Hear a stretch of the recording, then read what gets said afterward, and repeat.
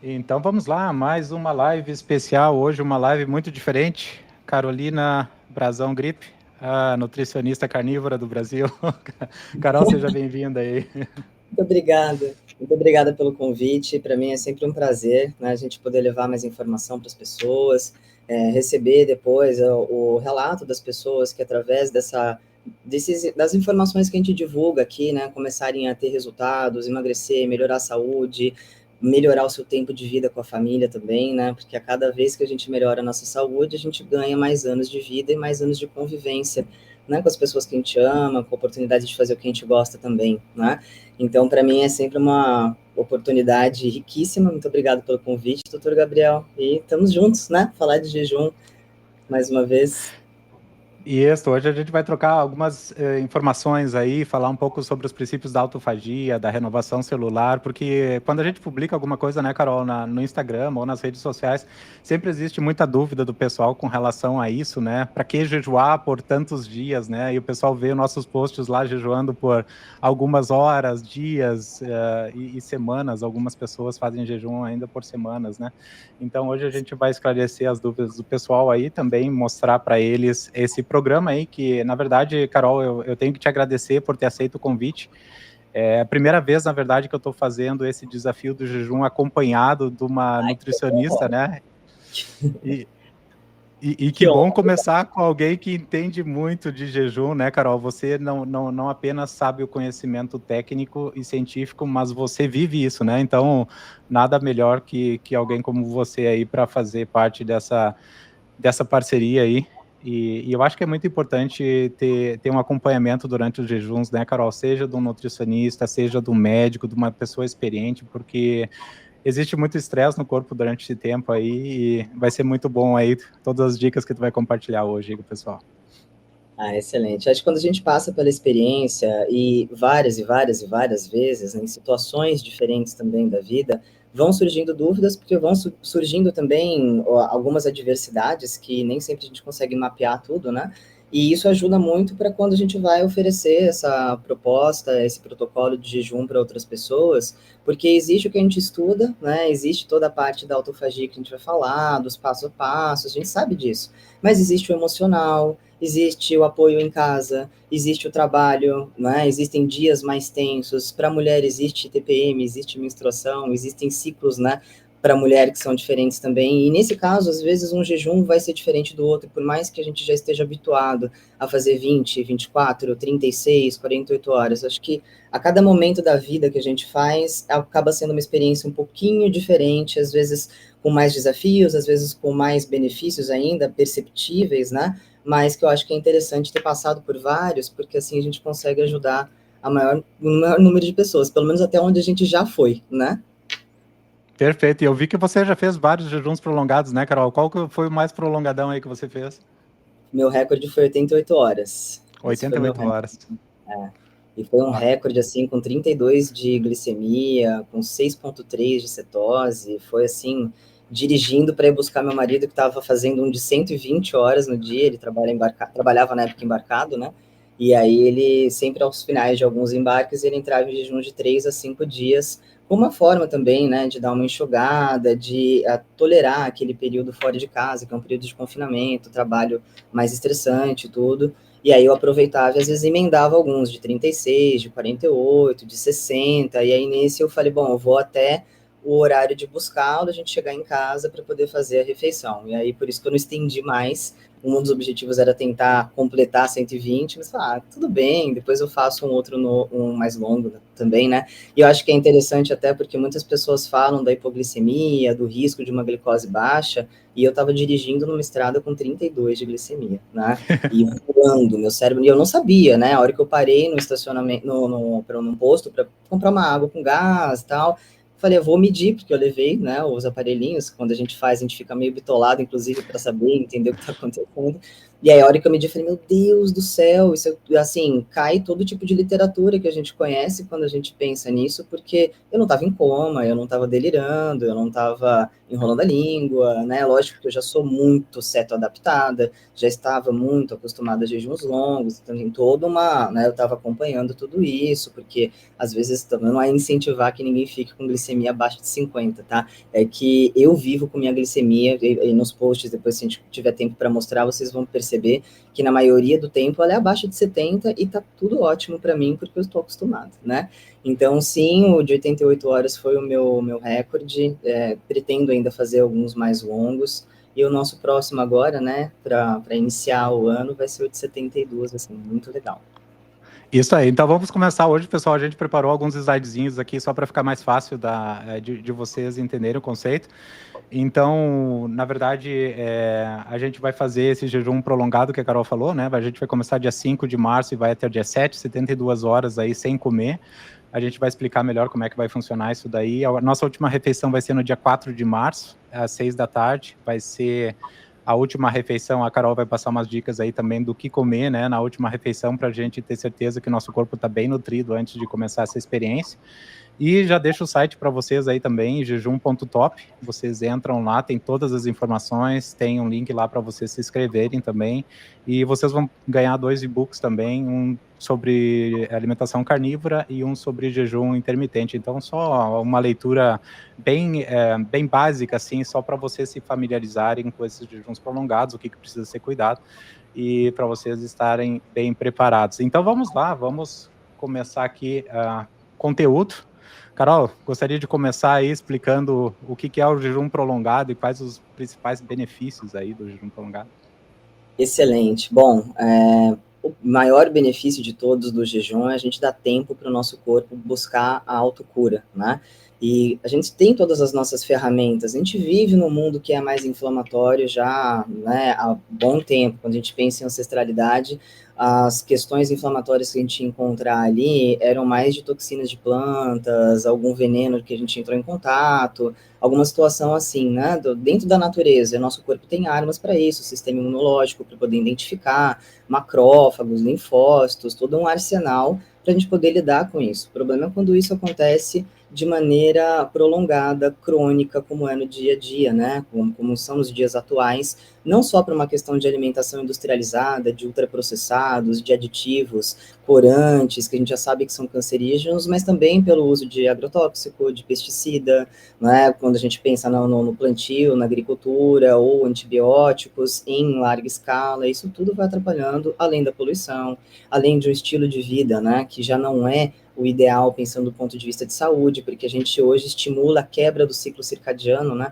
A gente não vive mais o ciclo circadiano como deveria, acordando na hora que os olhos abrem de forma natural, de manhã, dormindo a hora que a noite cai, né? A gente fica ali freneticamente trabalhando até tarde, a gente não, eu não, né? Hoje já consigo não fazer isso e propago sempre nas consultas que o sono é uma das coisas mais importantes, mas a gente não faz isso, a gente não protege o nosso sono hoje em dia como deveria proteger, e através de um sono de má qualidade, todo o restante vai desabando, né? Porque a gente se priva de sono profundo, onde a gente faz os reparos dos danos celulares, por exemplo, né? Um torno de 50 milhões de células sendo renovadas por noite, o que é bastante, e se a gente não dorme bem ou não faz esse sono profundo adequadamente, eu já vou ter um risco ali de ter uma célula mutante, de ter uma célula velha, né? Que deveria ter entrado em apoptose, deveria ter morrido, né? Se autoinduzido ali de morte. A gente vai falar um pouco mais sobre a apoptose e os mecanismos também do nosso corpo de controlar algum tipo de crescimento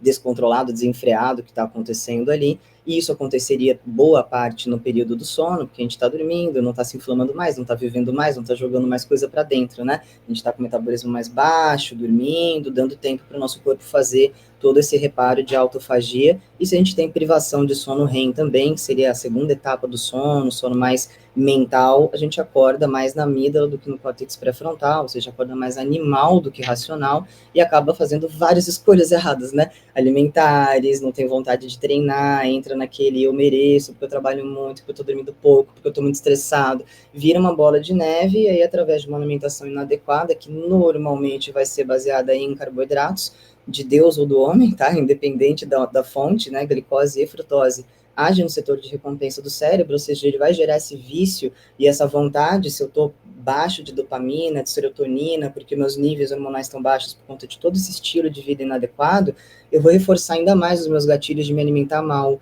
de não treinar, e aí eu vou dormir mal, e aí a gente entrou nesse ciclo do mal mesmo, né? Um ciclo da doença. Então, quando a gente pensa, diga, Gabriel. Não, por favor, continue. Quando a gente pensa nessas janelas de oportunidade que o nosso corpo tem, né, para poder fazer esse detox, para fazer essa limpeza, para reconhecer células zumbis, que seriam aquelas células que deveriam ter morrido, ou para reconhecer alguma estrutura que não está funcionando adequadamente, seja uma mitocôndria, seja um neurônio, seja uma outro tipo de célula, e limpar, a gente começa a ter muito problema, porque a janela do sono é curta, né? Se a gente estivesse respeitando, o adequado seriam pelo menos 8 horas, mas a maioria já não dorme 8 horas, né? A maioria dorme 6, 5 horas e meia, e aí esse dorme, e inclusive as pessoas que dormem às 8 horas, nem sempre também dormem adequadamente, né? A gente vai pedir uma polissonografia, vai ver lá que a pessoa tem apneia, que ela está acima do peso, que ela ronca, que ela se mexe muito durante a noite, ou que ela tem insônia e demora para dormir, ou acorda de madrugada e demora para voltar, aí acorda sempre no despertador, então assim, é um sono disruptivo por si só. E aí, durante o dia, a hora que ela acorda, ela já começa a jogar mais coisa para dentro, começa a se inflamar ainda mais, ou seja, ativando toda uma cascata, né, e toda uma via que a gente conhece como mTOR, que é uma via de crescimento celular, que quando ativada ininterruptamente, pode também estimular o crescimento de células cancerígenas ou de outras estruturas que a gente não gostaria, né? Então, a gente vai aprofundar um pouco na questão de mTOR, de MPK, pensando nas vias opostas, como se fosse um interruptor, né? Ora eu estou em uma, ora eu estou em outra, porque é fundamental que a gente viva mais tempo, ou pelo menos gere mais janelas para viver mais tempo em janela de AMPK, que é a janela da reconstrução, né? A janela da reciclagem, que a gente pode dizer assim, que é onde eu não tenho mais nada vindo de fora, e eu preciso continuar mantendo meu metabolismo basal, meu batimento cardíaco, minha temperatura corporal, 1.200, 1.500 calorias aí em torno, pensando em diferença de homem para mulher, para o sistema continuar funcionando. E para isso eu vou precisar de caloria, vou precisar de estruturas que, se não tiverem vindo de fora, eu vou conseguir usar o que já está aqui e, inclusive, até emagrecer, se tiver em excesso, né? Não só uma questão de melhora de saúde, de desinflamar, nem nada. Então, acho que a gente precisa ficar mais tempo nessa via, uma vez que a gente já não dorme legal, né? A gente não dá mais para contar muito bem com o sono, e aí é onde entra o jejum mais prolongado também, quando a gente olha mais para a questão da promoção da autofagia, da renovação celular, fugindo um pouco só do uso de calorias, né?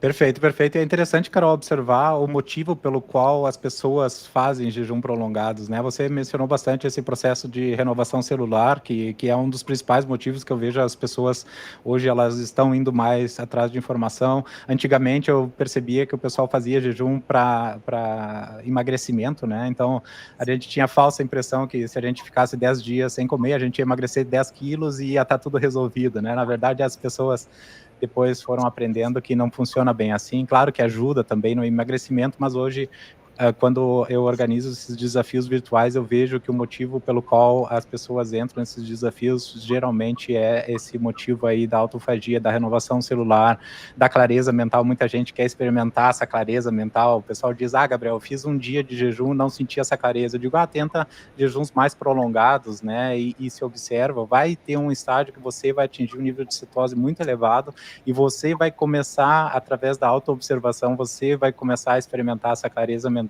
Então o pessoal entra por motivos diferentes. Ultimamente a gente tem feito uma vez por mês esses desafios virtuais, a gente faz de 3 dias, depois no mês seguinte 5 dias, no outro mês 7 dias, e depois repete o ciclo.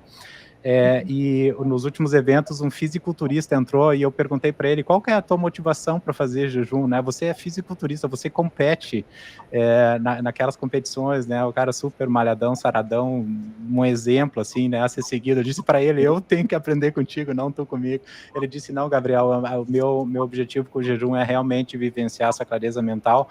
Eu quero observar meus níveis de cetose, uma coisa que eu nunca medi antes. Então aí a gente vai aprendendo um com o outro, né, Carol? Então é importante a gente compartilhar esse conhecimento, porque muita gente aí tem a curiosidade, no mínimo, de experimentar, né? Sim.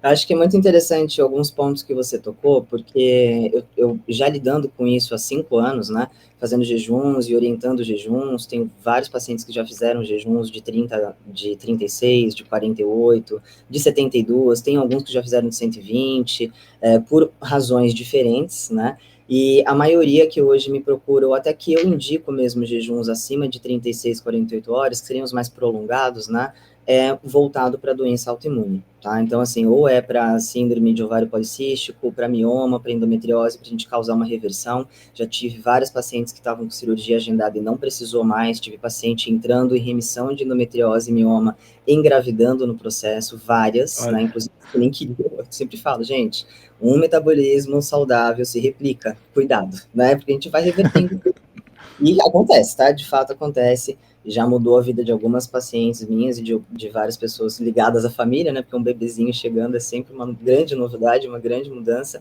Mas existem várias razões. Então, eu tenho pacientes em jejum prolongado para poder quebrar um platô para emagrecimento, que às vezes é interessante também. Dentro do mundo do fisiculturismo, por exemplo, é uma excelente estratégia de cutting, né? Porque você não precisa ficar passando necessariamente fome, você gera uma janela onde você se alimenta de você mesmo por um tempo e aquilo vai embora, né? Estando o seto adaptado, tudo, mas muitos são mais voltados para a parte cognitiva. Então, eu tenho, né, uma parceria com uma psiquiatra também, a gente atende muitos pacientes em comum, né, com quadros neurológicos, onde a dieta cetogênica é espetacular, e aí se a gente consegue convencer a pessoa a fazer umas janelas de jejum, consegue fazer desmame de medicamentos também já de tarja preta, que é muito legal, né? Então, hoje eu tenho esse olhar mais para a questão da autofagia. Tem pacientes que eu acompanho em quimioterapia, quando a gente coloca em jejum de 24 horas ou 48 horas na semana da quimio, não dá náusea, não dá vômito, não dá aquele cansaço, aquela fadiga crônica na sequência, porque o metabolismo tem uma outra fonte de energia ali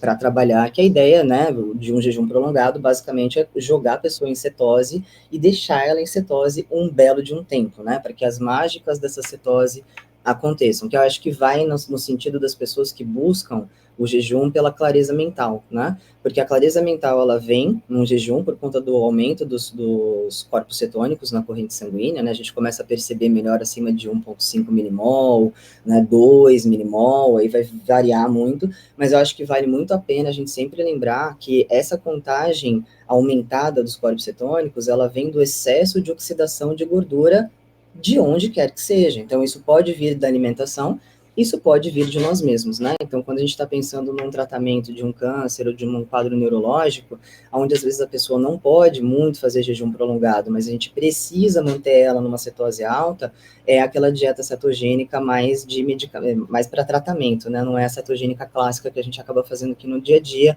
pensando em longevidade, pensando em saúde. Ali a gente quer um nível muito alto de corpos cetônicos e um nível muito baixo de glicose, que é quando a gente consegue fazer os cálculos do GKI, que é a relação glicose-cetose, e olhar na tabela se eu estou numa tabela de tratamento, se eu estou numa cetose leve, ou seja, o que eu preciso melhorar ali para conseguir melhorar essa relação também.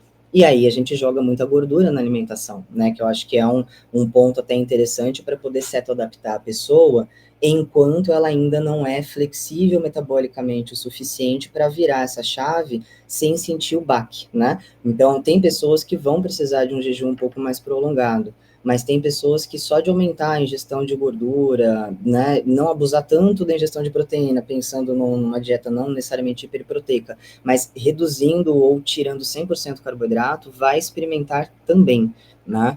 E aí eu acho que vale a gente entender um mecanismo de quando a pessoa ainda não é cetoadaptada e vai iniciar um processo desse, né? Ou seja, eu posso usar a gordura do alimento, de um abacate, de uma castanha, de uma carne gordurosa, de um queijo, de um bacon, eu vou ter o excesso de oxidação de gordura dele, pensando lá na cadeia respiratória, só passam de 2 em 2 carbonos, é um processo um pouco mais lento na digestão de gordura, só que vai sobrando acetil-CoA, e em um dado momento esse acetil-CoA, que é um subproduto, vai sobrando a ponto de o fígado converter ele nos corpos cetônicos. Isso é o que a gente chama de cetoadaptação, e leva um tempo, porque tem uma enzima que faz essa conversão, e aí é um gargalo muito individual, né? se a pessoa já vem numa alimentação com carboidrato há muito tempo, talvez ela expresse menos essa enzima e ela vai precisar ficar mais tempo aqui para aumentar a expressão dela nessa enzima, porque agora o combustível que está chegando é esse, o corpo não tem alternativa, né? Ele se adapta e de repente a gente tem essa cetoadaptação. Mas para que isso aconteça, para eu começar a oxidar gordura a ponto de sobrar acetil-CoA e ser convertido em corpos cetônicos, eu não posso ter competição com glicose, porque se tiver entrando carboidrato, a preferência é carboidrato. Glicose é uma molécula de 6 carbonos, ela passa mais rápido, então mais vantajoso para o corpo, e ela é potencialmente tóxica, né, em excesso. Glicação, né, vem do excesso de glicose, que é o carboidrato que a gente comeu e não usou, né, seja ele a banana de Deus, ou a aveia, ou hambúrguer, ou o chocolate, e ele ou vai ser utilizado como energia, que nesse caso a gente não usou, ou vai ser armazenado em forma de gordura, e quem consegue bater 3 dígitos de balança está ganhando tempo nesse processo, porque uma hora vai estourar, né?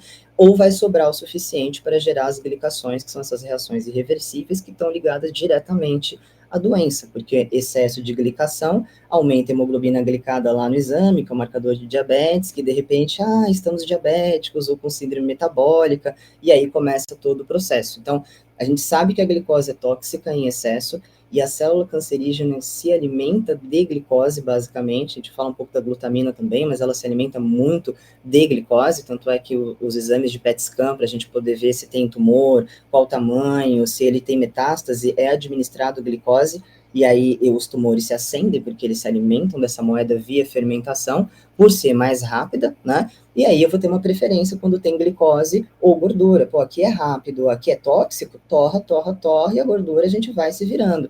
Agora, quando eu tiro a glicose da jogada, eu tiro o carboidrato, entro numa dieta cetogênica, entro numa dieta carnívora, ou entro em jejum, que não está vindo de lugar nenhum, independente do macronutriente, eu não dou alternativa para o corpo a não ser usar a gordura. Então ele começa esse processo, começa a sobrar acetil-CoA, começa a se adaptar, e aí de repente a gente começa a ver, enquanto a glicose está caindo, porque eu parei de comer, ou parei de comer o carboidrato, o corpo cetônico começa a aumentar e a gente começa a se sentir melhor. Mas tem um gap aqui, insulina, né? A insulina é um hormônio-chave, é um sensor de nutriente, que basicamente define qual combustível a gente está torrando.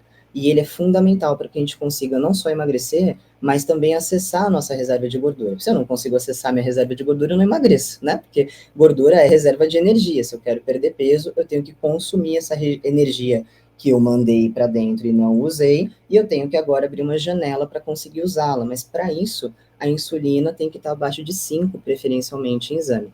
Então, o que acontece? Às vezes vem pessoas para fazer um jejum ou para fazer uma dieta cetogênica carnívora, mas estavam comendo carboidrato até ontem, tá?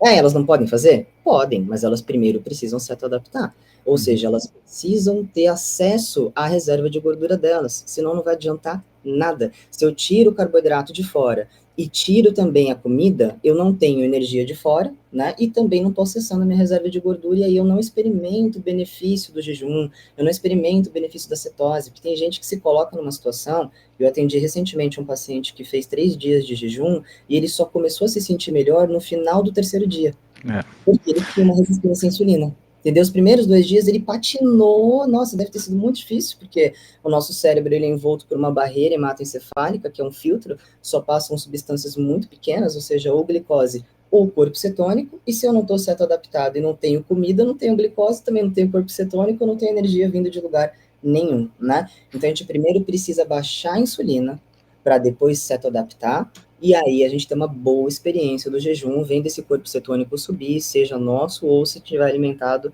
via alimentação, né? Perfeito. Eu acredito que seja o meu caso em 2018, Carol, quando eu comecei a fazer os jejuns, eu observava o seguinte, como eu vinha de uma dieta baseada em carboidrato, a pirâmide alimentar maldita aquela, né?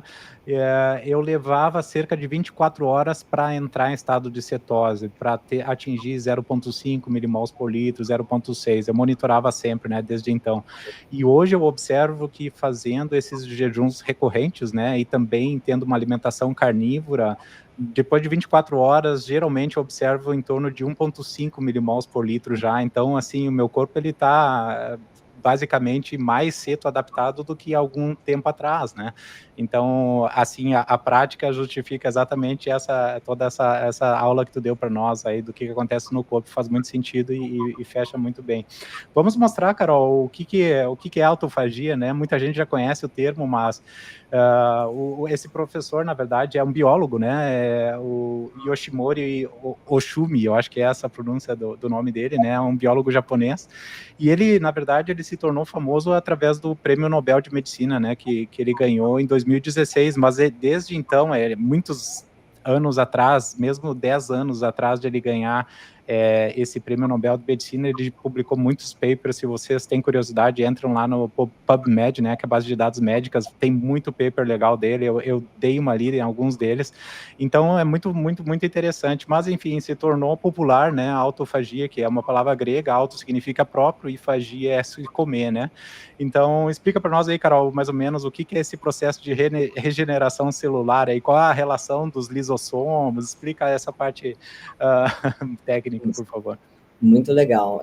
Esse termo autofagia realmente é comer a nós mesmos, né? Quando a gente pensa lá na reserva de gordura, quando eu quero emagrecer ou quando eu estou emagrecendo, independente do tipo de estratégia que eu estou fazendo, eu dei um jeito de acessar essa reserva de gordura e comer essa energia. Então, quando a gente pensa em geração de energia, a gente pega um macronutriente, uma proteína, uma gordura, um carboidrato, e vai gerar energia através do processo de digestão, de absorção e das cadeias lá bioquímicas todas, para no final das contas gerar ATP, que a gente quer a nossa moeda energética ali, né, oriunda da alimentação, mas poderia vir de nós também. Então, quando a gente pensa em evolução, nós viemos de um período de muito mais escassez de comida do que de abundância, pensando em natureza, pensando em caçador-coletor, pensando que o próprio carboidrato em si da natureza, que era mel, frutas, era só outono, era só verão e primavera, que era um momento de abundância na natureza, e que no momento de outono e inverno, que era escassez, a gente tinha que dar um jeito de não morrer, né? Basicamente, isso que a gente precisa fazer. Então, o que eu preciso para não morrer? Eu preciso de energia, calorias, eu preciso de proteínas, porque enzimas, anticorpos, cabelo, pele, unha, um monte de estrutura, tudo que é estrutura é formado por proteína, e eu preciso de gordura também, que é a caloria. Preciso de vitaminas, preciso de minerais, mas eu não preciso necessariamente do carboidrato de fora, embora eu precise da glicose. Mas a gente faz gliconeogênese, que é um mecanismo de produção endógena de glicose. Então, via o que poderia vir do carboidrato, a gente fornece para nós mesmos, ponto final, né? Existem os aminoácidos essenciais, que são proteínas, né? A proteína, na verdade, é um monte de aminoácidos junto, e existem 9 que são essenciais, eu preciso consumir pela alimentação, senão eu não tenho de onde tirar. Então, quando a gente começa a pensar em jejum mais prolongado, seja por uma necessidade ancestral ou hoje, né, quando a gente se coloca numa situação dessa, até 24 horas em média, o corpo vai bancar a questão calórica para a gente, né? A gente pensa em reserva de energia. A gente tem glicogênio muscular, que é uma forma que a gente armazena glicose no músculo. A gente tem o glicogênio hepático, que é uma forma que a gente também armazena glicose no fígado, em média 700 calorias, vai depender muito do tamanho do fígado de cada um, né? E aí a gente vai ter a nossa reserva de gordura mesmo, que é o triglicerídeo armazenado dentro do adipócito, que são as bexigas, né, bexigas de células que vão enchendo de triglicerídeo, e quando elas ficam grandes, elas duplicam e continuam enchendo, e aqui eu estou só depositando mais gordura no meu corpo, que é o processo ali de hipertrofia da célula e depois de hiperplasia, que é quando ela começa a se duplicar, mesma história de um câncer. Também se duplica, que é a tal da hiperplasia. Então, quando a gente começa a pensar nesse sistema, eu preciso dar um jeito de conseguir acessar a minha reserva de gordura para bancar energia, caso eu precise de energia mais imediata e o meu fígado não consiga dar conta, assim como eu também preciso de um jeito conseguir acessar outras estruturas, não só a questão mais de energia, né? Então, quando eu começo a pensar nisso, passou 24 horas, por exemplo, a gordura já não vai mais ser o suficiente, eu não vou mais precisar só de caloria, eu vou precisar de outras coisas também, proteínas, moléculas, vitaminas, agora a gente vai começar a ver onde está sobrando, né? Então esse processo de autofagia é basicamente dar uma olhada no que tem na despensa e começar a pegar o que estava estragando, o que estava podre, o que não está funcionando mais, o que eu não uso mais e começar a dar um jeito de usar isso daqui, tá? Eu acho que uma boa analogia, quando a gente pensa no processo de autofagia, por que ele é tão importante para a gente, é se a gente pensar numa cozinha que nunca fecha, tá? Então, assim, a cozinha é onde eu faço comida, então eu recebo comida 24 horas, e aí eu tenho que sair fazendo pratos. Nem sempre eu vou dar conta de fazer e comer todos esses pratos, pode ser que sobre um pouquinho de comida. Quando eu faço uma comida, eu vou sujar a louça, e aí eu vou ter louça na pia, e aí eu vou ter restos de comida na geladeira, e aí eu vou ter sujeira que eventualmente vai cair no chão. Em algum momento, eu tenho que parar para varrer esse chão, passar um pano. Eu tenho que parar um momento para limpar essa louça, guardar essa louça. Eu tenho que parar um momento para abrir a geladeira, ver se está sobrando coisa, pegar o que está sobrando e reinventar ou jogar fora. Ou seja, eu tenho que dar um tempo para eu limpar. Se eu não limpo e continuo fazendo comida em cima do que está sobrando, vai começar a gerar processos ali que não são legais, né? De putrefação, de atrair bicho, barato, inseto, extrapolando, tá? Então, ou seja, se eu não der um jeito, vai gerar um dano. Quando a gente pensa no nosso corpo, imagina que a gente abriu a nossa boca aqui que nem uma latona, e estamos jogando coisa, e joga coisa, e joga. Aí acorda, come carboidrato, né? Pão ou fruta, aveia, grão. Aí no almoço, que é glicose, não usou, né? Putz, não usou, só tem 3 caminhos. Ou eu uso essa glicose, ou eu armazeno em forma de gordura, ou ela está disponível para gerar as glicações e inflamações todas. Aí eu tomo café da manhã com carboidrato. Aí eu faço um lanchinho com carboidrato. Aí eu almoço com carboidrato. Aí eu faço um lanchinho da tarde com carboidrato. Aí janta com carboidrato, às vezes faz ceia com carboidrato, e isso é segunda, isso é terça, e isso é um mês, e isso são anos, e eu não paro para abrir uma janela de autofagia adequada para o meu corpo entender o que está em excesso e tirar. Isso a gente vai acumulando, né? A gente acumula coisa no fígado, a gente acumula coisa no subcutâneo, a gente acumula coisa no cérebro, né? As placas beta-amiloides, as proteínas mal dobradas ligadas ao Alzheimer, por exemplo, é excesso de coisa que não foi retirado, não foi removido adequadamente. É lixo que ficou no cérebro, é lixo que ficou no fígado, é lixo que ficou entre os nossos órgãos, pensando na gordura visceral, é energia e coisa que entrou que a gente não conseguiu lidar e ficou por nós, né? E não deveria ser assim. Então, quando a gente pensa nesse processo de autofagia, e passa de 24 horas, que eu já não preciso só de caloria, eu preciso de outras coisas, é o momento onde o corpo vai começar a identificar célula velha, célula defeituosa, mitocôndria disfuncional, neurônio que não está funcionando, e vai começar a induzir a apoptose, que é a morte dessa estrutura, e na natureza nada se inventa, tudo se reutiliza, né? Eu pego tudo isso que eu não estava usando mais e mudo a composição, a conformação, e vira uma nova célula, um novo neurônio, uma nova mitocôndria, né? Então, quando a gente pensa em corpo, né, a gente ou está crescendo, ou a gente está destruindo e reapresentando isso de uma outra forma. Então, a gente renova um monte de célula, porque a gente mata um monte de célula também. Se a gente não renovar, a gente morre. Então, é um processo de reciclagem sempre. Quando a gente machuca, a gente fica com aquele machucado para sempre? Não, né? Não, ele se cicatriza. Né? Não é igual uma lagartixa, né? Que corta um rabo e nasce outro, infelizmente, tá? Mas a gente faz o processo de regeneração. Às vezes a gente é ingênuo de pensar que isso não acontece dentro, micro, que é o que eu não vejo. Isso acontece também, a gente gera dano oxidativo todo dia. Viver é gerar dano oxidativo, porque para viver eu preciso gerar energia. Para gerar energia eu preciso de oxigênio. Para gerar energia através do oxigênio, eu vou gerar radical livre, ou seja, eu estou inflamando, viver é inflamar, mas eu preciso inflamar o mínimo possível e ter vários mecanismos para poder limpar essas inflamações, né? Então, quando uma célula se duplica, e ela tem esse potencial de se duplicar, ela tem um contador interno. A cada duplicada que ela dá, ela gera uma contagem, fala, meu, tenho ali mais X vezes que eu posso duplicar antes de começar a dar um erro, porque a célula cancerígena é um erro, né? Um dos tipos, né, de você poderia ser um erro metabólico ali, uma célula mutante. Então, quando ela gera aquele número máximo de duplicação, ela induz a própria morte e morre, para não continuar fazendo, às vezes, uma besteira no nosso corpo, entendeu? Quando eu bugo esse sistema, que é através de uma inflamação, através de uma alimentação inadequada, através de não entrar em autofagia, tipo, nunca, né, de dormir mal, de tudo isso que a gente falou, eu vou ter célula passando batido. Quem é que induz a morte na célula? A mitocôndria. A mitocôndria é o gerentão da célula, ela que induz a morte, ela induz o reparo, ela gera energia, ela que resolve tudo. Agora, se eu gerar um dano na mitocôndria, eu perdi o meu gerente. Aonde eu posso ter uma célula imortal? O câncer é uma célula imortal. É uma célula que está fazendo besteira no nosso corpo e ninguém consegue tirar ela de lá e falar, meu, para com isso, você está danificando a estrutura, entendeu? A gente precisa abrir janelas para o nosso corpo identificar isso. Se a gente só jogar para dentro e não parar para o corpo entender o que já está aqui e fazer uma autocura, não adianta medicar, não adianta químio, não adianta rádio, não adianta cirurgia, não adianta nada, né? Então, acho que o grande lance da autofagia é isso. Pode ser que a gente entre em janelas de autofagia em jejuns menores? Pode, porque vai depender da minha flexibilidade metabólica, o quanto eu já estou há tempos em cetose, se eu tenho reserva de gordura ou não. Se eu já sou magro, eu já não tenho muita gordura no corpo. Se eu entro num jejum de 20, 24 horas no meu dia a dia, eu vou entrar mais em autofagia do que um obeso, porque até ele precisar de outra coisa, ele vai precisar ficar mais tempo sem comer. E ok, são momentos, né? Mas quando a gente pensa em autofagia, pensando em imunidade em si, é bacana, pelo menos de tempos em tempos, mensal, às vezes até bimestral, dependendo da situação, até mais vezes dentro do mês, promover jejuns acima de 24 horas.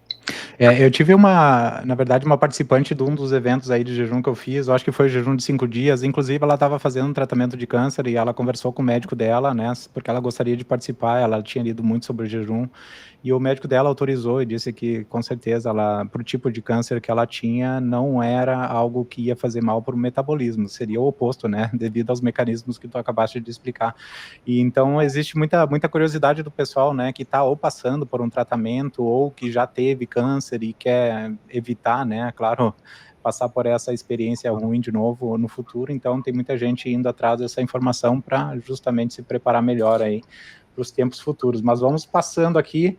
Jejum e prevenção de doenças, né, Carol? Você já mencionou bastante autofagia e câncer, diabetes do tipo 2, né? E também as doenças neurodegenerativas, né? Alzheimer, Parkinson, né? Tem muita doença aí que também está relacionada a uma má alimentação, a um metabolismo ruim, a uma inflamação constante do corpo, né, Carol? E o jejum prolongado, ele pode ajudar, de certa forma, a ter essa regeneração celular e, de forma indireta, ajudar, né, nessas doenças aí também. Comenta um pouquinho, Carol, conosco, por favor, só por cima aí sobre os benefícios aí nessas outras áreas aí, por favor. Excelente. Eu acho que quando a gente pensa em doença de uma maneira geral, por alguma razão o corpo parou de funcionar adequadamente, né? E o diabetes tipo 2 a gente pode considerar como uma doença autoimune, né? Se for pensar, lógico que ela não nasceu do nada e nada nasce do nada, né? Mas eu gero uma resistência à insulina e começo a danificar o meu próprio corpo, mas ela é 100% reversível. Eu acho que isso que é um ponto que o diabético em si, na maioria das vezes ele não sabe, porque o médico que está atendendo ele também, na maioria das vezes, não sabe, porque não foi ensinado assim, né? A gente aprende que é uma doença crônica degenerativa e a partir disso não tem nada a fazer a não ser medicar e viver. E aí eu estava lendo recentemente o livro do Dr. Souto e ele até brinca num dos trechos que ele fala assim: boa sorte para explicar para os ETs um dia se eles descerem para cá para a Terra, de que a gente está tratando diabetes tipo 2, que é uma doença de intolerância à glicose, cortando gordura da dieta. Porque não faz sentido, entendeu? Então, Vai assim, ser difícil essa conversa. vai ser muito difícil, tá? Então, assim, se a gente pensar, né, o que é o diabetes tipo 2? É uma intolerância à glicose, né? Ele traz exemplos sensacionais no livro dele, porque assim, se eu tenho uma intolerância ao glúten, o que eu faço? Eu paro de comer farinha de trigo. Né? Se eu tenho uma intolerância à lactose, o que eu faço? Eu paro de tomar leite. Se eu tenho uma intolerância a qualquer alimento, eu tiro. E aí, se você vai num médico e aí você fala, poxa, eu tenho intolerância à lactose, o médico vai te prescrever o quê? Poxa, vamos ficar longe da lactose. Ele vai cortar também, né? Se você é um celíaco, você vai no médico, olha, eu tenho um Crohn ou eu sou celíaco, o que ele vai fazer com você? Ele vai cortar o trigo. Por que quando a gente fala de diabetes tipo 2, que é uma doença de intolerância à glicose, quando a gente vai no médico, ele não corta a glicose, ele não corta o carboidrato, sendo que a gente não precisa de carboidrato para viver bioquimicamente, fisiologicamente, historicamente, ancestralmente. A gente não precisa de carboidrato para viver. A gente já produz glicose, ou seja, se eu tenho uma intolerância à glicose, jogar mais de fora quando não preciso só vai piorar a situação, né? Eu já tenho que lidar com a minha e eles não cortam a glicose e medicam. Ou seja, continua comendo o veneno que está te adoecendo e toma essa insulina aqui, ou toma essa metformina aqui, ou toma esse Forxiga aqui, ou toma o que quer que seja aqui e continua vivendo do que está te adoecendo. Aí a gente não consegue entender muito bem se será que é porque as pessoas não estão indo em busca de informação, né, uma vez que ela está disponível para todo mundo, ou se existe aí um interesse muito forte de ambição em cima disso, porque remédio para colesterol e para diabetes são os dois que mais se vendem hoje no mundo, né, quando a gente pensa em lucro de indústria farmacêutica. mas a verdade está aí, basta procurar, né? Basta pesquisar. Eu tenho ouvido cada vez mais podcasts e reuniões e ler coisas e tal. Poxa, quem tiver pensamento crítico e vontade o suficiente de ir atrás dessas informações, elas estão disponíveis. E aí, quando a gente testa na gente, dá certo. Então, é complicado a gente ter hoje doenças dessas só aumentando, né? Diabetes, as neurodegenerativas, Parkinson, Alzheimer, bipolaridade, alteração de humor, é tudo voltado à resistência à insulina. Aí você vai atender jovens, a maioria está com síndrome do ovário policístico, endometriose ou mioma. Aí vai ver a taxa de fertilidade está baixa. Aí tá todo mundo com brain fog, tá todo mundo com memória ruim, tá todo mundo com sono disruptivo. E se você for puxar o exame de todos eles estão com resistência à insulina e a insulina está acima de 10. Você fala assim, não tem relação? Tem relação. Corta o carboidrato ou põe em jejum, baixa essa insulina para 5 e deixa a pessoa viver tempo suficiente nisso, que tudo isso vai embora, ou a maioria vai embora, ou pelo menos melhora muito a qualidade de vida deles, né? E eu vejo isso todos os dias, então tem tudo a ver, né? Acho que o denominador em comum das piores doenças que a gente teme hoje é a resistência à insulina, e ela só existe com excesso de O que carboidrato. mais me entristece, Carol, né, nesse setup aí que tu mencionaste, às vezes os médicos prescrevendo tratamentos e medicamentos são os médicos que estão inflamados, estão com muita gordura visceral, estão com o abdômen. Você vê, tu entra no consultório e diz assim, não, para aí, é esse mesmo que vai me passar um tratamento para minha saúde, ele não está cuidando da dele.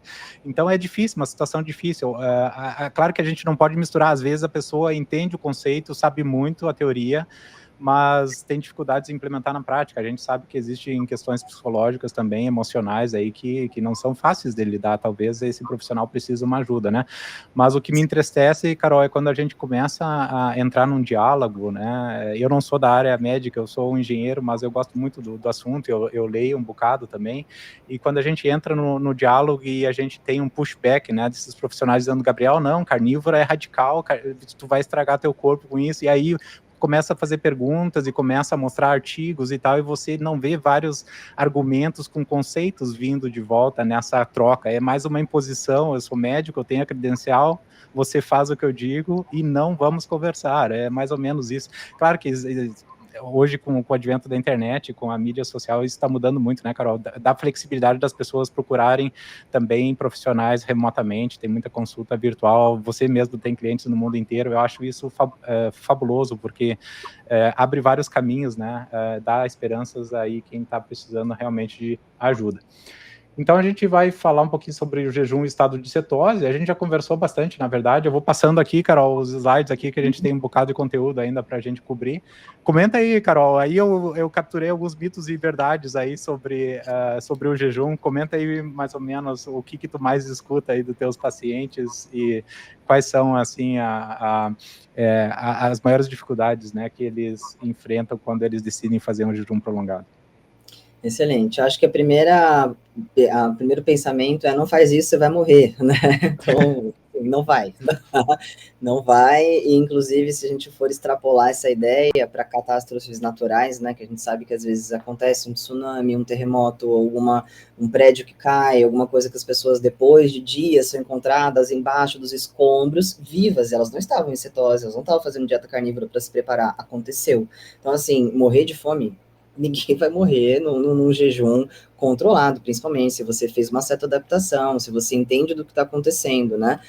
Não vai acontecer nenhum malefício, muito pelo contrário, é uma mega de uma oportunidade para o seu corpo melhorar como um todo. Então, ali da verdade ali, né? Sim, ele ajuda na longevidade, na regeneração celular, e ele preserva os músculos, tá? Então, quando a gente pensa que é o segundo mito, né? Nossa, mas aí você vai catabolizar, que seria um fisiculturista, por exemplo, será que eu posso fazer, né? E eu trabalho com muita gente que pratica atividade física, diversos tipos de atividade física, e que fazem jejuns longos e que já fizeram treinos pesadíssimos, tá? Inclusive campeonatos em jejum. Eu tenho um senhor que eu atendo, por exemplo, que ele está se preparando agora para a meia maratona de São Paulo e do Rio Grande também, e ele já treina em jejum, né, em cetose. Então, assim, dá para fazer independente da idade, independente da situação, e não gera perda de massa muscular por duas situações. Uma, que o corpo cetônico ele tem um efeito pleiotrófico, ou seja, ele vai proteger a massa magra, além de aumentar durante o período do jejum GH, que é o hormônio de crescimento, testosterona, então tudo para evitar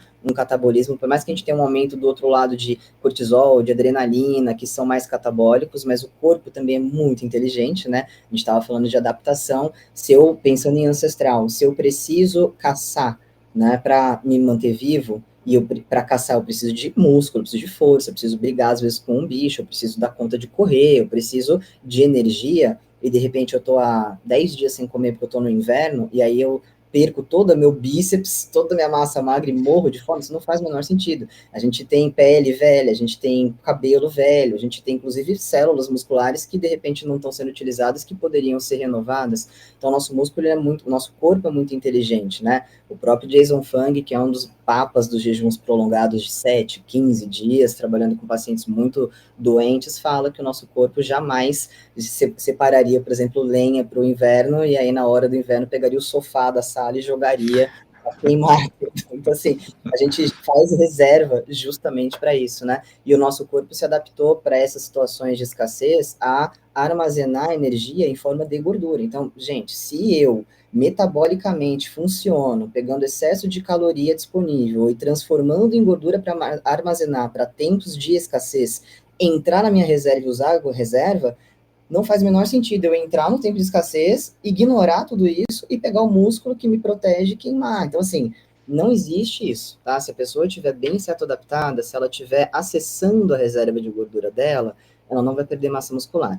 Principalmente se ela estiver ativa, porque se eu estou treinando, e aí a gente sempre recomenda um estímulo de treino durante o jejum, não precisa ser o treino do dia, fortão, embora possa também, se a pessoa já é adaptada. Meu jejum, o último grande de 72 horas, eu fiz 3 treinos de CrossFit todos os dias em jejum, no nível máximo, assim. Então, assim, dá para fazer, mas a gente estimula pelo menos um pouquinho de treino, que seja o corpo inteiro, alguma coisa assim, para justificar para o seu cérebro que você precisa daquela massa magra funcional, sim, e ele deixá-la quieta.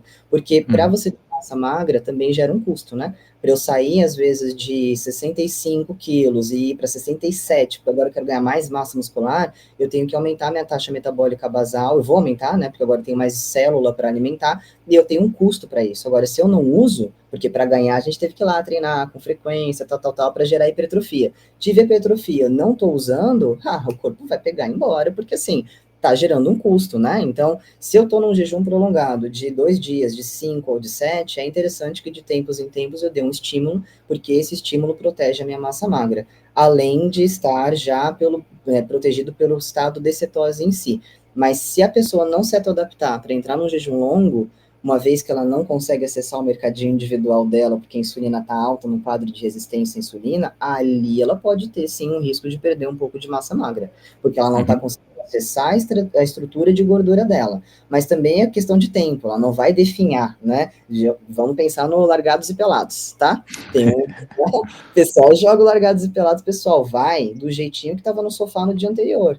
E aí, no final, às vezes de 30 dias, 45 dias lá do processo, eles emagrecem, a maioria perde bastante massa magra, porque não estava certo adaptado, porque está numa situação ali que não está fazendo jejum. Às vezes, no programa desse, valeria mais a pena entrar e ficar em jejum do que ficar quebrando um pouquinho, que você entra numa subnutrição, não acessa a sua reserva, não entra na via da MPK, aí você vai ter catabolismo, tá?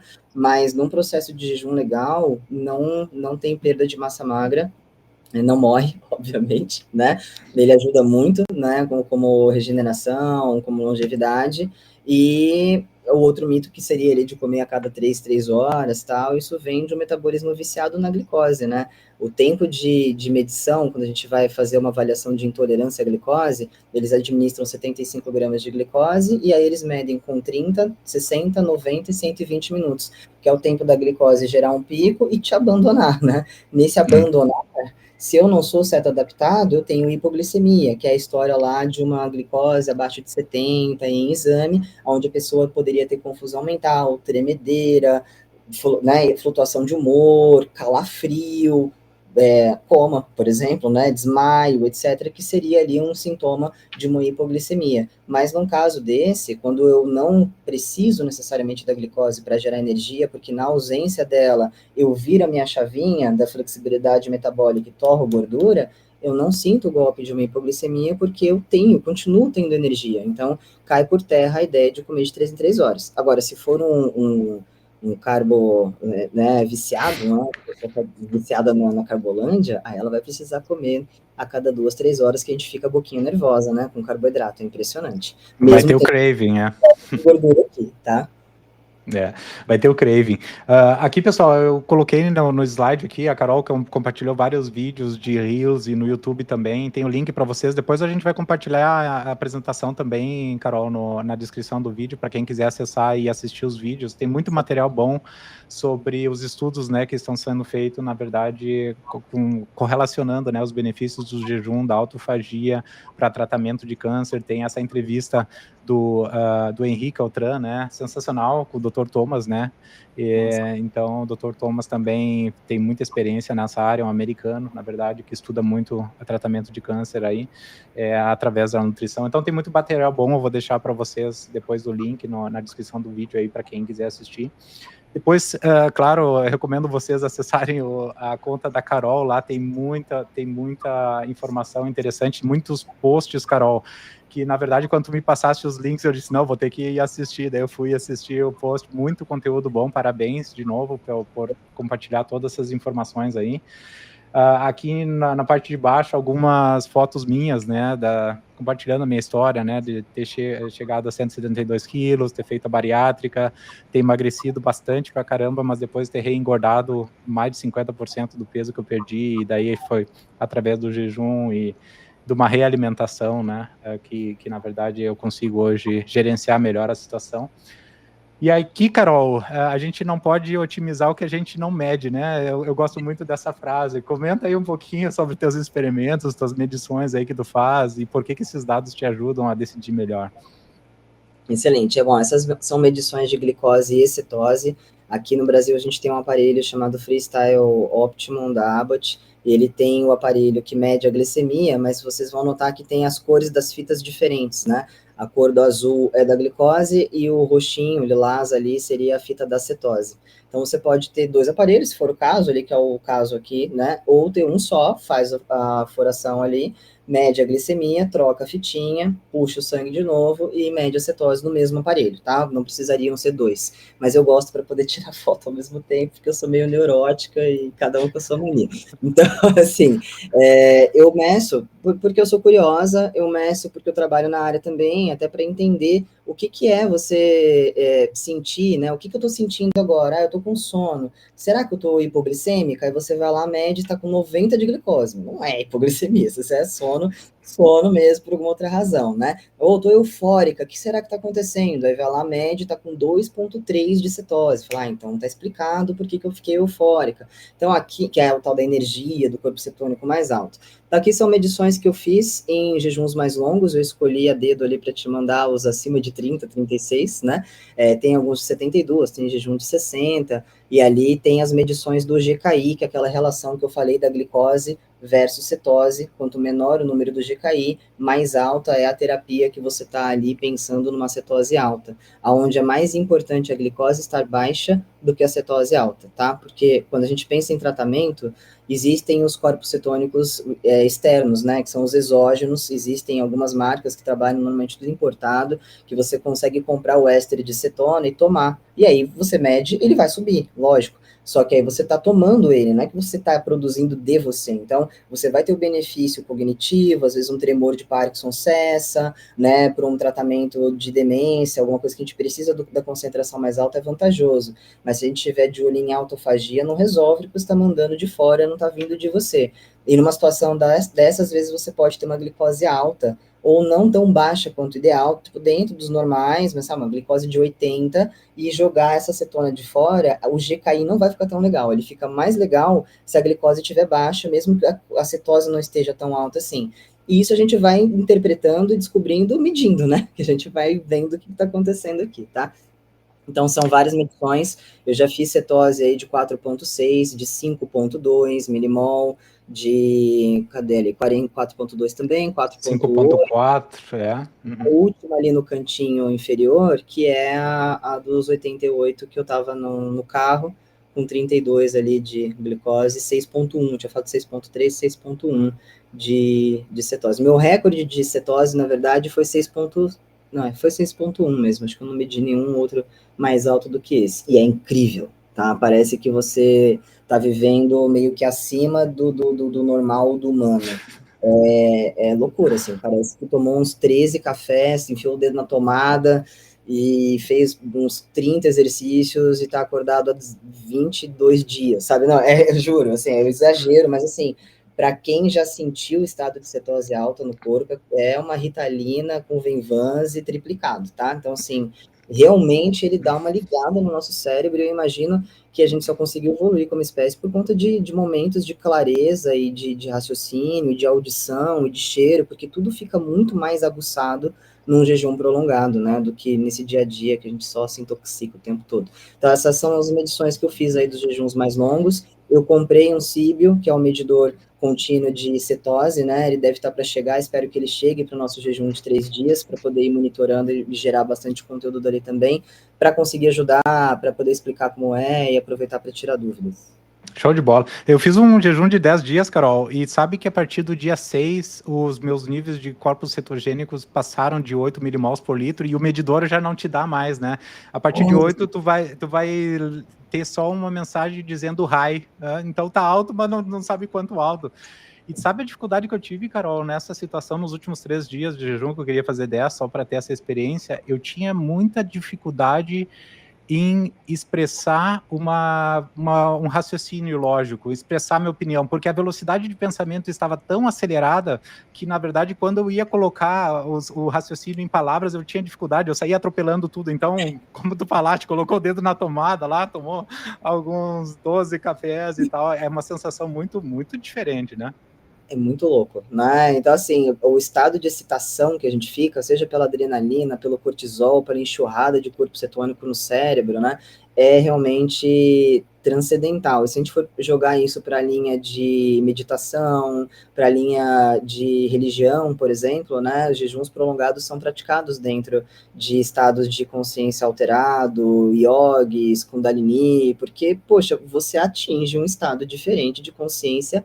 Sim, então acho que para fazer um jejum longo desse, como experiência, eu acho que a gente pode aproveitar para extrapolar o conceito do jejum de não se abster só de comida, né? Mas se abster de coisas que às vezes jogam muita dopamina para cima, sabe? Eu vou fazer um jejum, deixa eu parar um pouco com o Instagram, deixa eu baixar um pouco o meu consumo de televisão, de música, deixa eu aproveitar para ler um pouco, ou para meditar, para me conhecer melhor, vou me colocar num estado, às vezes, de não muito estresse, tentar pegar um período que eu não vá trabalhar muito, para poder perceber o que acontece dentro da gente, sabe? Eu acho que tem esse apelo também, porque realmente o estado fica diferenciado e algumas pessoas experimentam uma dificuldade para dormir por conta disso, né? Muita excitação, aonde pode ser utilizado um chá de mulungu, uma melatonina ou um CBD, alguma coisa para dar uma baixada e a pessoa conseguir dormir. Mas não é incomum que em estados de jejum mais longos a gente durma menos, né? Horas. Não sei se isso aconteceu com você, mas pensando em ancestral, o correto mesmo seria um sono bifásico, né? A gente dormir entre 9 da noite, 10 para acordar umas 3h30, 4 da manhã e dar um cochilinho na hora do almoço. Então, se for o caso, se as pessoas que forem fazer esse jejum prolongado tiverem essa possibilidade de se organizar para esses dias e não se preocupar se de repente pode dormir pouco, porque é o estresse de não ter dormido pouco, já está em jejum, meu Deus, pode aumentar o cortisol demais a ponto de gerar muita gliconeogênese, aumentar a glicose, sinalizar a insulina e atrapalhar o jejum da pessoa. Então, não pode ser estressante, né? Tem que ser bem planejadinho para ser uma experiência agradável. É isso aí. Com relação ao sono, eu percebo sim, principalmente nos primeiros dias de jejum. Agora, como eu faço mais recorrente os jejuns, eu percebo menos o impacto, mas no início era bem claro, assim. Nossa, os primeiros dias a minha esposa fazia comigo, meu filho fazia comigo, e daí todo mundo acordadão, assim, ninguém conseguia dormir. Era muito engraçado, porque não acontecia somente comigo, mas você observava também com eles, então uma coisa bem legal. Depois a gente ficou sabendo que o magnésio, né, antes de dormir ajuda um pouco também, né, com essa relação aí de administração do sono e tal, e a gente vai adaptando as estratégias, mas com certeza a gente passou por isso daí também. Depois tem alguns estudos científicos aqui, a gente não vai entrar em detalhes aqui, eu deixei também o link ali da fonte, quem quiser entrar e dar uma olhada aí com relação à terapia de câncer, né, utilizando jejuns prolongados. E aqui o convite especial para vocês, né, Carol, do dia 5 a 7 de março, encarar essa experiência para quem não fez, e para quem já fez também, eu tenho vários participantes aí recorrentes, né, que participam quase todo mês aí dos desafios de jejum também. Legal. E fala aí um pouquinho sobre o benefício aí desse desafio e sobre esse bônus especial aí, Carol, que a gente preparou para vocês. E, na verdade, o bônus só vai até hoje à meia-noite, Carol. Depois Opa, o cupom... pessoal, correr aí, tá? Para conseguir 50% de desconto para quem estava acompanhando a gente hoje aqui. Eu acho que fazer um jejum longo gera muitas dúvidas e às vezes um certo receio, né? Para você conversar com as pessoas que estão na sua casa e tudo mais. E eu acho que para isso o acompanhamento nosso como profissional aqui, jejueiros que somos, vai ajudar bastante também para tirar as dúvidas, para orientar a cetoadaptação antes, para orientar sobre hidratação durante, sono, realimentação, né, a saída desse jejum. Então é por isso que a gente está oferecendo esse projeto. Então, vou ampliar aqui a tela para vocês, pessoal. Então, vocês acessem o site jejum.top, né? E aí, quando vocês vão fazer a inscrição, vai aparecer o valor lá do jejum para os primeiros inscritos, que é R$ 199,99 à vista. Vocês digitam jejum.top no lugar onde vocês colocam o cupom de desconto, cliquem em aplicar, e aí vocês vão ter 50% de desconto. Então, vocês vão colaborar com R$ 100 aí para ter 3 dias aí assistidos aí pela Carol e também por mim, para eventuais dúvidas que vocês tiverem na prática, né, algum sintoma que vocês estão sentindo durante o jejum. Antes de fechar a live, talvez, Carol, seja bem importante explicar um pouquinho para eles sobre a reposição do eletrólitos, né, são dicas que a gente vai compartilhando já dias antes de começar o jejum, mas eu acho que vale a pena falar um pouquinho sobre os eletrólitos para quem não tiver a oportunidade de fazer esse jejum acompanhado aí para eles fazerem de forma correta. Fazer em casa também, né?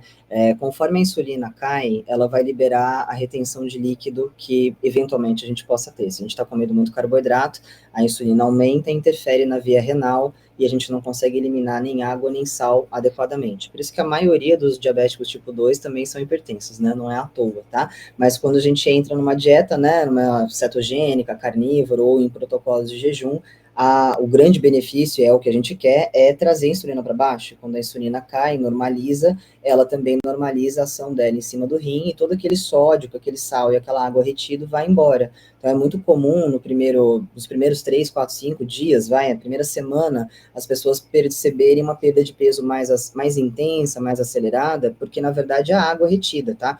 E essa água não está indo só água, ela estão indo eletrólitos junto também, dentre eles sódio, potássio, magnésio. Isso faz falta para a gente, pensando tanto em relaxamento muscular, cerebral, se for magnésio, cãibras, o próprio sódio, a falta do sódio, ela gera muito sintoma de desidratação, né? E se assemelha muito à hipoglicemia, porque ela dá uma tonturinha, ela dá um cansaço, uma fadiga extrema, ela gera uma dor de cabeça persistente, normalmente aqui na têmpora, ela gera uma irritação, a gente olha para o céu, assim, ou para a luz e vê umas bolinhas transparentinhas, pequenininhas, fala, acho que eu vou desmaiar, ou cãibras, né, normalmente muito recorrentes, de madrugada ou em treino, é desidratação, isso é falta de sal, tá? Então, normalmente a gente recomenda, tanto durante a fase da cetoadaptação, quanto em jejuns longos, o uso de eletrólitos, de repositor de eletrólitos. Existe o Hidrolift, que é da Essential, existe o Liquids, eles não quebram o jejum, eles são sódio, potássio e magnésio, inclusive a Essential tem a versão neutra, sem sabor, ou seja, não quero nem correr risco,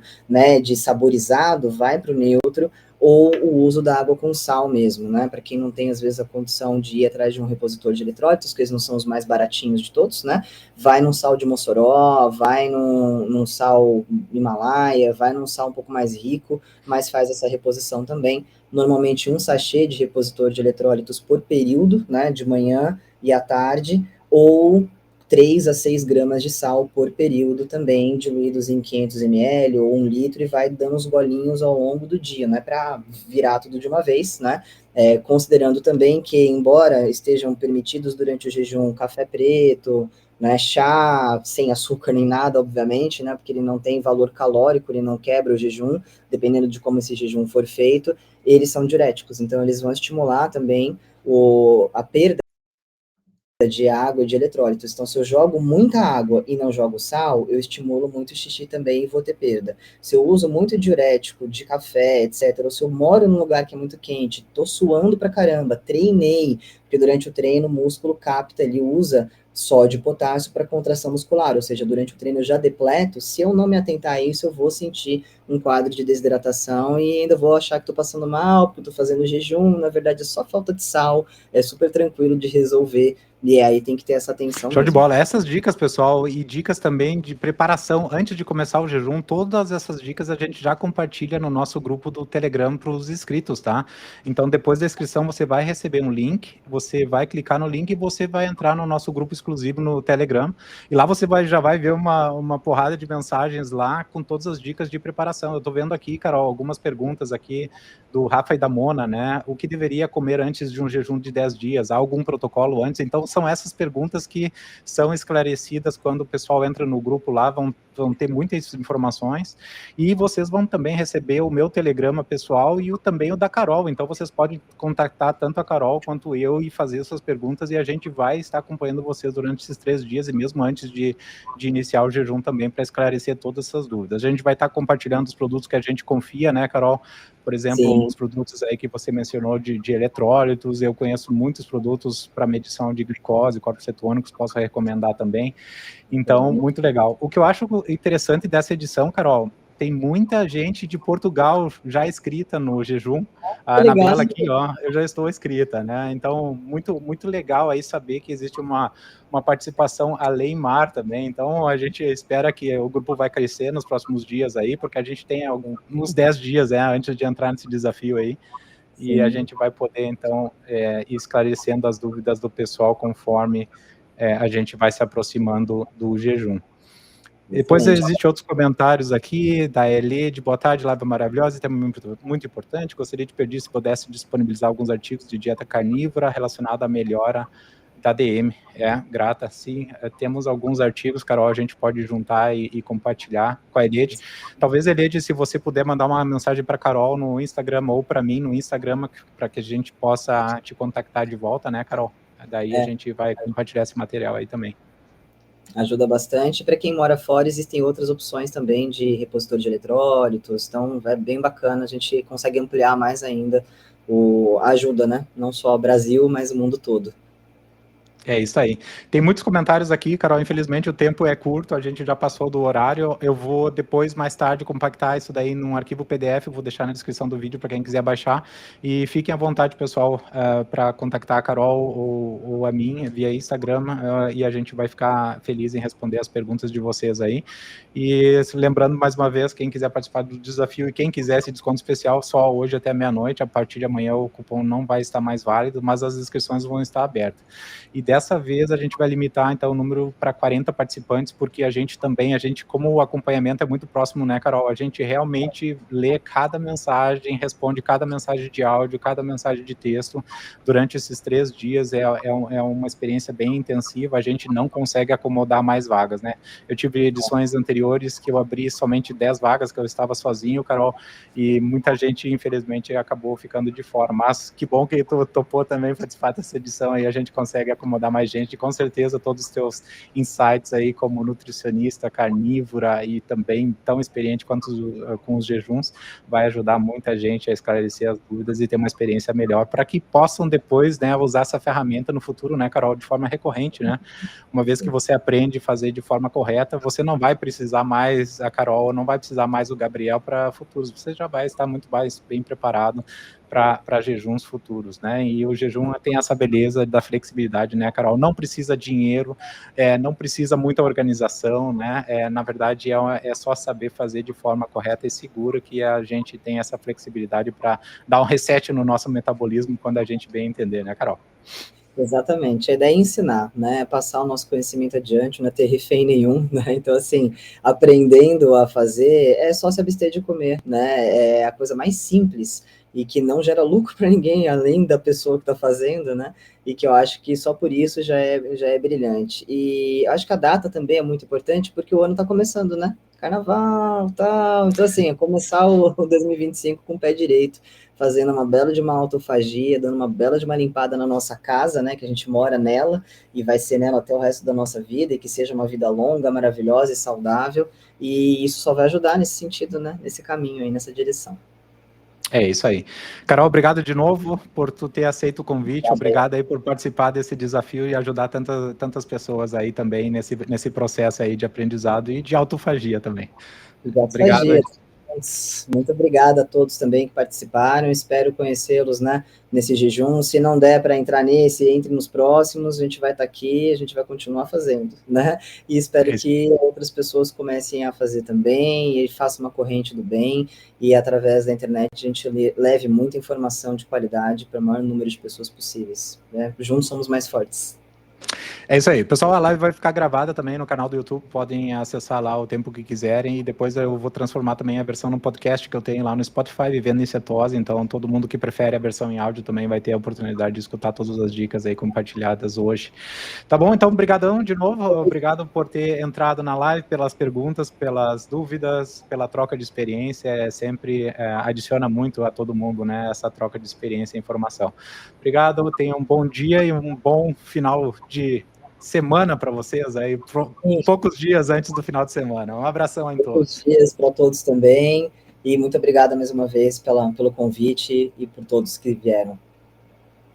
Obrigado, fiquem com Deus.